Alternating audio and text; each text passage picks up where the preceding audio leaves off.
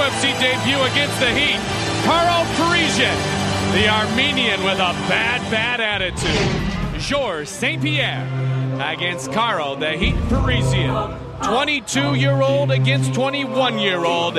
Everything else is equal. The Canadian against the Armenian, now out of North Hollywood, California. You ready? You ready? Bring it on! Here we go. Show of class and respect. Red trunks, Parisyan. White trunks, St-Pierre. 22 years old. Absolutely overwhelmed and thrilled to have a chance to fight here in the States. His first time. Yeah, Georges St-Pierre he comes with a big reputation from Canada. He's very well known up there. Big champion at the TKO, formerly the UCC. Supposedly a freakishly strong guy. We see him take Karo down. Karo reversing him. Danger! Karo's got a hold of an arm. George is trying to work his way out of this. St-Pierre has been put in many bad situations. Karo flipped him over. Can he he's got finish? his arm. If he can break that arm loose, he's got a Kimura. If he can lock his arm, he can lock his hand on top of his right wrist, or his left wrist rather, his right hand on his left wrist. He wants to get a Kimura shoulder lock here. George rolls him out. He's out of danger here. Wow. Excellent grappler is Karo. Karo's a fantastic grappler. He's a combination of judo, Jean LaBelle's catch wrestling. I mean, judo, Jean LaBelle is just a legend in grappling, and he's got all kinds of crazy techniques and neck cranks and stuff that he adds to the judo background of Karo Parisyan. Trained by Gokar Kavichin as well. They've got the school, the Hayastan in North Hollywood, famous for just a bunch of animals. Little Armenia in North Hollywood. The 21-year-old has 10 mixed martial arts victories, Joe. 8 have been by submission.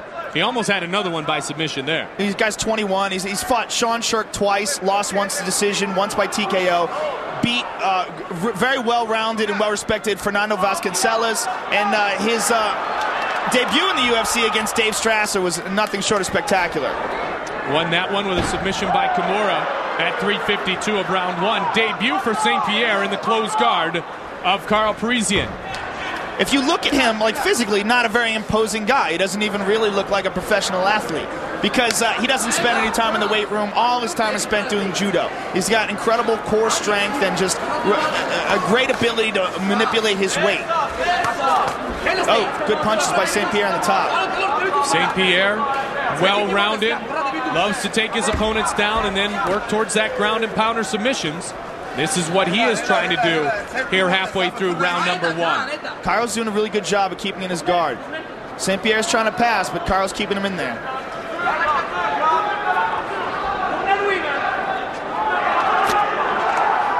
Two men from across North America, one in Montreal, the other from North Hollywood, California. Put on the better show. He slipped that punch. Karo slipped that punch and tried to lock a hold of him, get him in an arm triangle. When George threw that left hand from the top, Karo locked a hold of it. He's just looking for his spot here. Karo's just looking for a spot to submit him. Karo was originally to fight Pete Spratt, but St-Pierre beat Pete Spratt by submission and earned his opportunity to debut here in the UFC. Pete Spratt, by a lot of people, was favored in that fight, but St-Pierre got him with a rear naked choke, forced the tap out. 90 seconds remains in round 1. This fight, as all our non-title fights, scheduled for 3 5-minute rounds. Title fights, as always in the UFC, 5 5-minute rounds. I get the impression that Karo is just looking for an opening here. He's constantly moving his hips and constantly looking to lock a hold of an arm or something. St-Pierre is avoiding it, but as the fight goes on, this could be very dangerous for St-Pierre. Karo's come very close to locking a hold of something a couple times. Karo's also, there he goes. See, he's just looking for an opening to grab a hold of something and submit him. This guy's a legendary grappler in Los Angeles. Whoa, big right hand from St-Pierre from the top. He's a cardio machine, too. That's how he beat Vasconcelos. It was a battle for a while, but Karo's a bulldog. He eventually just wore him down. 6 junior national judo crowns. He has added on to his arsenal, obviously, with his daily training.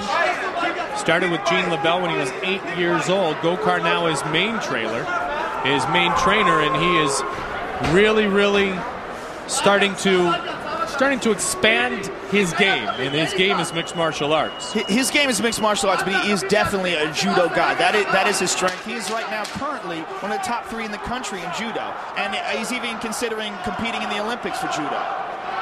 Final seconds of round 1, Joe. And there they are. Second round set to begin. Oh, good left hand. Good left hand by St. Pierre, and he goes for the takedown. Nice job done by Georges St. Pierre, and the first time fighting in the States, first time fighting in the UFC. Now he's starting to get more comfortable. Now he knows what to expect from his opponent, the Heat.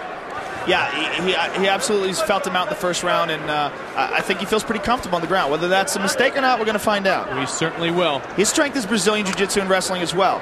I think Caro is the superior grappler, in my opinion. Superior submission guy. Now, one of the questions was, could St. Pierre get Caro on his back? He's been successful in doing that. Caro's very effective from his back, though. I mean, St. Pierre can get him from his back. Can he keep him there, and can he avoid the submissions? That's the big question. As time goes on and he gets tired, if he gets sloppy, tries to catch a breath, good elbow by St. Pierre. Very good elbow. St. Pierre coming in with David Loiseau, as we mentioned.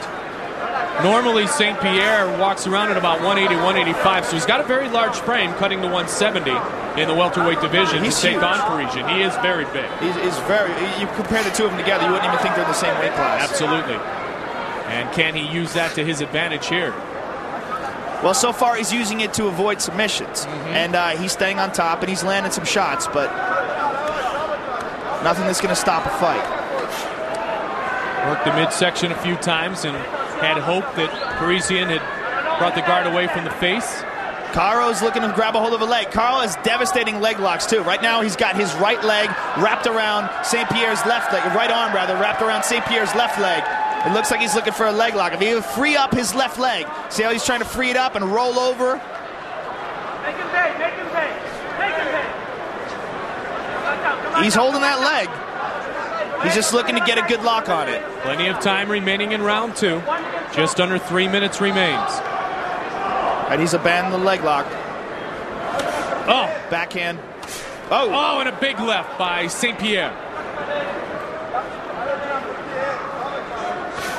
There's a good elbow. Nice. Here's the ground and pound. This is what we expect to see from Georges St. Pierre. Oh, nice. Another elbow. Oh, big right hand. Caro doesn't even budge. Kid's a bulldog.